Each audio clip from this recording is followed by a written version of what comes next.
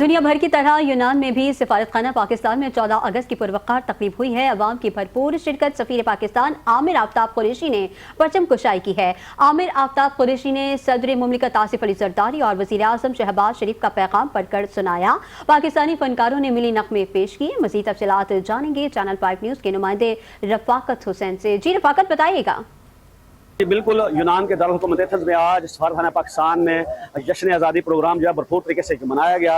जश्न आज़ादी में पाकिस्तानी कम्यूनिटी ने भरपूर शिरकत की। उन्होंने पाकिस्तान के झंडे उठा रखे थे।